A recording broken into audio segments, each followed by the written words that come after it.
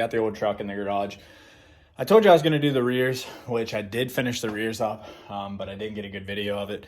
I will say this, once I'm done the suspension, obviously the body work will be next on this, but the rear is probably lifted like, honestly, it's probably lifted about an inch or 2 inches just from the shocks alone. Like I guess the factory, not the factory ones, the ones that came on it, they were pretty worn out, so it lifted it a lot. I'm gonna start on the front, but before I do that, I'm gonna actually show you like how much bounce there is and like why I'm doing it. So let me put the camera on the tripod here and I'll show you actually like how bad the front shocks are, and then we'll get into replacing. All right, guys, so I got the front shock out. These are like gas, like some kind of, they're colored like Monroe, but I'm not really sure. They came apart. Definitely not supposed to do that. And obviously there's fluid inside of it everywhere, which normal, I don't know. It kind of smells like water if you want the truth, but I'm assuming these are just gas shocks, so I'm assuming they have some kind of fluid in them. But they separated immediately.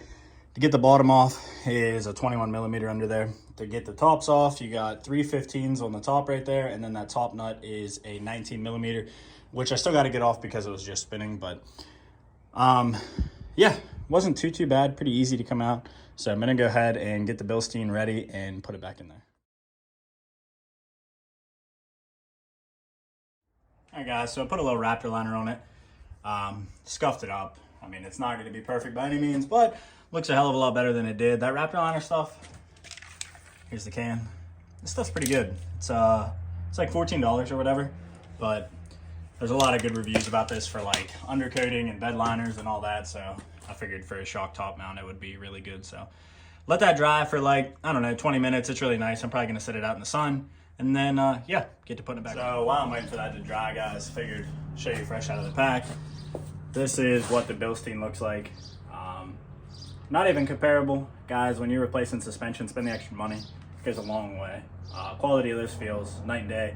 And it's not going to separate like whatever the hell that gas shock or whatever that was on it. So these were like $400 for all of them, $100 a piece. I mean, super cheap, really, in the grand scheme of everything. I could have went with like reservoir shocks, but these are definitely going to do the trick, and they look really good. So let that dry a couple more minutes, get this on.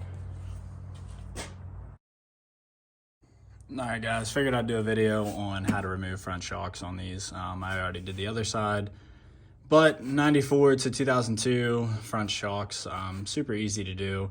If you have a big turbo like this setup, you're going to have to get your wastegate out of the way. I unbolted it from the turbo, moved it down. But if you're on a stock HX35, this should be the easy side for you, and you shouldn't have to unbolt the wastegate to get it out of your way. But I had to do that because bigger turbo, bigger problems. Anyway, I'm gonna leave this nut on right now. This is a 19 millimeter right here that you're seeing. And then there's 3 mounting points right there that actually hold this shock tower, or hold the shock up top. And the reason I'm gonna take this off is because whenever I get it out, I'll be able to put an impact on this side and a wrench on this side to go ahead and get this bolt out. So super easy to do. Top bolts right here are 15 millimeters. And when I have this off, I'm probably gonna go ahead and scuff it up a little bit and go ahead and get it painted to just look a little bit better. 12 valves are a freaking disaster. And then there's only one bolt on the bottom, and it's a 21 millimeter, and it has a, what's that nut called? That like, once you get the nut started, it'll actually catch on something so that you don't have to put a wrench on it and hold it, which is really nice. So put you guys on a time lapse. I'll get this set up off and then get underneath, unbolt it, show you guys both, pull it out, get the new Bilsteins put on. So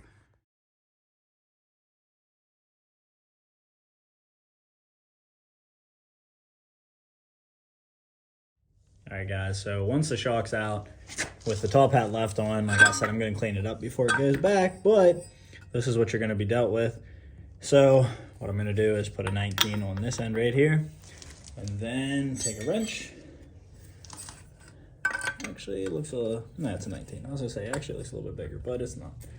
Then all I'm going to do is just put a little impact on it. Should come right off, just like so. And just remember how your bushing orientation is when you put the new stuff back on. But for right now, I'm going to clean this back up, and then I'll show you how it looks reinstalled. Alright guys, so I kind of got a little ahead of myself. What you want to do is lightly secure the 15 millimeters up top right here. Told you I was going to clean this top hat up, just sprayed it with some Raptor liner. It just gives it a nice black finish. But anyway, I'm not torquing these down yet. I'm literally just leaving them snug. The reason I didn't show you how to put this back on is because for each top hat or for each strut, there's probably going to be a different method. For Bilsteins, you're going to have an Allen key, and then you need to torque this locking nut back down to this. But on other ones, you might have, like the one that I took off, for example, like that's a good one. It's just a 19 nut, and then it has a washer on the inside. So struts vary based off of quality of them. What I took off was pretty junky. But anyway, so I'm going to go ahead and just put the bolt back in there. And like I said, it has one of those, it's not like a weld-on nut that goes in there, but it's pretty close to it. And then, yeah, just go ahead and put it back together. That's good. Crack my phone.